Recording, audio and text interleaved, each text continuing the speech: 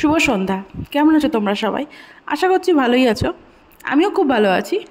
এখন যা ওয়েদারটার অবস্থা না, কখনো বৃষ্টি হচ্ছে, কখনো কি গরম, এই সমস্ত মিলিয়ে প্রত্যেকটা মানুষই সবসময় কাশছে, হয় কাশছে, নয় জ্বর হচ্ছে, কিছু না কিছু লেগেই আছে। তো যাই হোক, এটা হলো 23শে জুনের ভিডিও, যেদিন আমার কর্তামশাই এসেছিলো, মানে শুক্রবারের পরের দিন, অর্থাৎ রোববার দিন দুপুরবেলা আমরা ভাত খেয়ে বেরিয়ে পড়েছিলাম গাড়ি নিয়ে একটু নিউ টাউনে লং ড্রাইভে যাবো। তাই লোকে রাত্রিবেলা যায়, আমরা দুপুরবেলায় গেছিলাম। যদিও সেদিন মেঘলা মেঘলা ওয়েদার ছিল, তো খুব একটা অসুবিধা হয়নি। আর এখন নিউ টাউনটা এত সুন্দর হয়ে গেছে না, যে কি বলবো। গাড়িতে বসে একটা সুন্দর সফট গান চালাও আর জানলার দিকে তাকিয়ে বসে থাকো, চোখ এমনিই জুড়িয়ে যাবে। আচ্ছা, তোমরা কেউ কি জানো যে নিউ টাউনটা প্ল্যানিং সিটি? আর এটার প্ল্যান কে করেছে সেটাও কি তোমরা জানো? আশা করছি জানো, কিন্তু যদি কেউ একজন জানো না, তার জন্যই বলছি, আমাদের মাননীয় প্রাক্তন মুখ্যমন্ত্রী জ্যোতি বসু।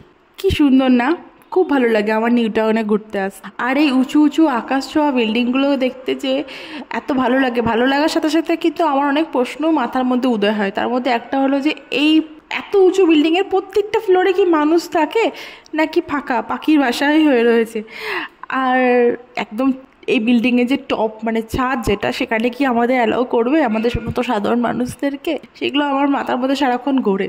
যদিও আমার মনে হয় না কোনোদিনও এইসব জায়গায় যাওয়া হবে বলে, কারণ আমার কর্তামশাইয়ের ভীষণ ভয় এরম উঁচু উঁচু বিল্ডিং। ও নিজে ভয় পায় বলে আমাকেও যেতে দেবে না, সেটাও আমি জানি। দেখো, তোমাদের সাথে বকবক করতে করতে কখন যে বিশ্ব বাংলার গেট ছাড়িয়ে সাপুজির কাছাকাছি চলে আসলাম, সেটা বুঝতেই পারলাম না। এবার এই সাপুজির কাছাকাছি আসার সাথে সাথে আমার কর্তামশাইরও শুরু হয়ে গেছে, আরেকটু এগিয়ে চলো, আরেকটু চলো ঘটকপুকুরের দিকে। কিন্তু শুধু চললেই তো হবে না, একটু চা খাওয়ারও দরকার আছে, কারণ সে কখন ভাত খেয়ে বেরিয়েছি। তো এবার একটু চায়ের খিদে পেয়ে গেছে, চা তো খেতেই হবে।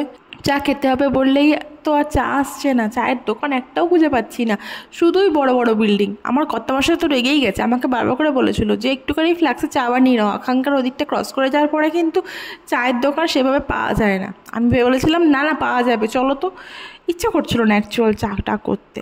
অনেক ধৈর্য ধরার পরে ছোট্ট একটা চায়ের দোকান পেলাম ইনফোসিসের বিল্ডিংয়ের পাশে। এই যে লাল রঙের বিল্ডিংটা, ওটা হলো ইনফোসিসের বিল্ডিং।